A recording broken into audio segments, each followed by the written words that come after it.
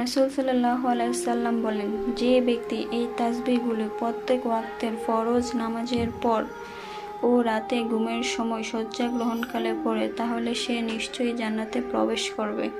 তাসবিহগুলো হলো সুবহানাল্লাহ 33 বার, আলহামদুলিল্লাহ 33 বার, আল্লাহু আকবার 34 বার। ভিডিওটা শেয়ার করে অন্যকে জানার সুযোগ করে দেবেন।